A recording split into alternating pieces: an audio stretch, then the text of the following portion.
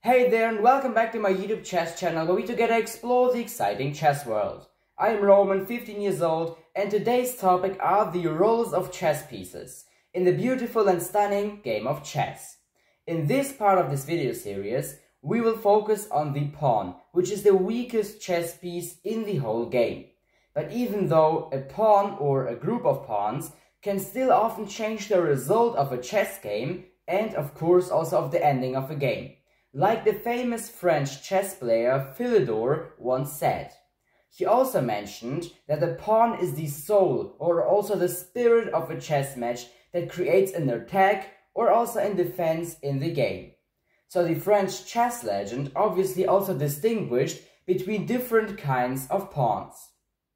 For example, an isolated pawn or also doubled pawn is, of course in an objective way, less stronger than a chain of connected pawns that can gain space together and push back the opponent's chess pieces and weaker squares on the chessboard by, working together and being connected in a chain. So Philidor sometimes even sacrificed the idea, even though he had the chance to capture an opponent's chess piece, like for example the bishop here on c5. So here, the position you can see right now on the chessboard is from a game from the year 1788, so more than 250 years old.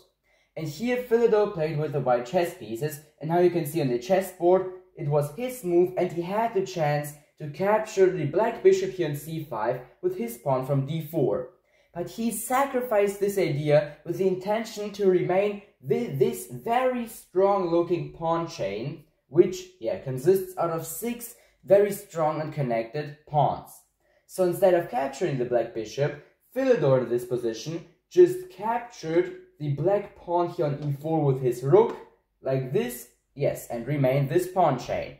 So finally, after 13 further moves, he managed to win this game against his opponent in the year 1788 in London, and by remaining this pawn chain, how he would definitely say. Okay, so how I've already said, to explain you the role of the pawn in the game of chess, we have to distinguish between the different kinds of pawns in the game, like for example a passing pawn, a doubled pawn, or also a pawn in the most important place of the chessboard, the center here. The squares d4, d5, e4, and of course also e5. So let's at first take a look at these pawns. And again, of course, I have an example for you, but this time now a bit more modern. The position you can see right now here on my big show chessboard is from the year 1889, from a game played in Havana, the capital of Cuba, between the first chess world champion Steinitz and Mikhail Chigorin, a Russian chess grandmaster and very famous and influential chess player from his time, So here in this position, Chigorin played the white chess pieces, and here he captured the black knight here on e7 with his bishop from g5. So black obviously at first captured back, here the bishop on e7, on which Chigorin played pawn to d6 with check. This exchange of light chess pieces between Steinitz and the Russian chess grandmaster, which also results here in the advancement of white's d-pawn, creates a classical and so-called wedge of the d6 pawn for white, so a pawn wedge. Thereby, Chigorin was able to slow down the whole development of black's queen side of the chessboard, and how you can also see on this chessboard, Steinitz's position is pretty strange looking, because basically all of his chess pieces, except from some pawns here and also the rook here in the corner of the chessboard, are all somehow stumbled into the corner of the chessboard on the queen side. So with this pawn wedge, by advancing the pawn on d6, Chigorin was able to slow down the whole development of the black's queen side in this game, which is a very, very big advancement. And at the end, Chigorin also was able to win this game and secure this game in Havana, the capital of Cuba.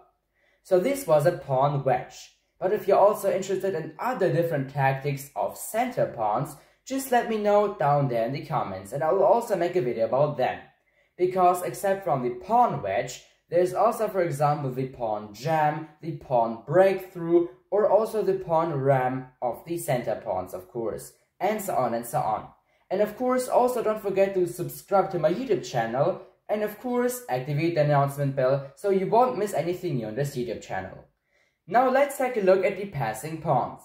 A passing pawn is basically just a pawn that isn't blocked by an opponent's chess piece, so that he could just pass the squares that he needs without any problems to get to the last rank of the chessboard. So for white, obviously the 8th rank, and for black, in reverse, the 1st rank of the chessboard, to transform in, for example, the queen or a rook, or also a bishop or a knight. How we already know, these pawns, so the passing pawns in an endgame, can be very important and even game-changing. But in the middle game, they can also be pretty practical because they can distract the opponent by putting the attention on itself and thereby, yes, disorientate the opponent's defensive structure. Let's just again take a look at an example. The position you can see right now from the chessboard is from the year 1927, so again a bit more modern. Now we are less than 100 years away from our moment right now, 2024. So this game here was played in the year 1927 in New York City, where the 3rd chess world champion Capablanca faced Rudolf Spielmann, an Austrian chess player. So here, before we got into this position, black moved his queen on d5, starting a little attack and a little hunt on the opponent's bishop here on g5. But Capablanca was playing the white chess pieces, and who already has a passed pawn here on d4, just sacrificed his bishop here on g5 to the black army with the intention to achieve a second very strong passing pawn on the chessboard. Therefore, in this position, he captures the black pawn on b5 with his pawn. So the black queen, Rudolf Spielmann, obviously captured now the sacrificed white bishop on g5, on which white, so Capablanca, captured black's second pawn here on e4 with his bishop, also attacking here on this very long diagonal, the black rook in the corner of the chessboard on a8. So the rook flew here on b8, on which white captured the second black pawn here on a6, and also creating the second passing pawn, now not only here on d4, but also on a6, even very close to a8, where he could transform into another chess piece, and of course, I believe in a queen, the strongest chess piece in the game. So here, Rudolf Spielmann, after 4 further moves, just re-signed the game because Capablanca was already in a winning position after, yes, he has traded his bishop here on g5 for 3 of black's pawns and achieved a second game-changing and very strong passing pawn on the A file of the chessboard. So the last pawn kind which I wanted to show you in this video are the doubled pawns. So doubled pawns are, for example, just pawns that are standing like this, so 2 pawns on one file blocking each other. Of course, there are some cases where a doubled pawn on the chessboard can be used to achieve something good. For example, to occupy a file on the board. But in most of the times, a doubled pawn is just considered as pretty weak and strategically weak because it's hard to defend them, both here now, and it's also not so good that they're just blocking each other's moving. For example, the pawn that is standing behind the other pawn, so in this position the pawn on f4, is completely blocked and his movement is completely restricted by the second pawn on f5 that is just standing right in front of him. So this was it then already with this video, which I have shown you the role of the chess pieces, starting with the pawn. In the following chess videos, in the following parts of this video series, I will of course also talk about the other chess pieces like the knight, the bishop, the rook, the king, and of course also the queen. So also don't forget to check out the following parts, and yes, I really hope that you liked this video. If you liked it, feel free to leave a like there, and of course to subscribe to my YouTube channel. Till next time, bye!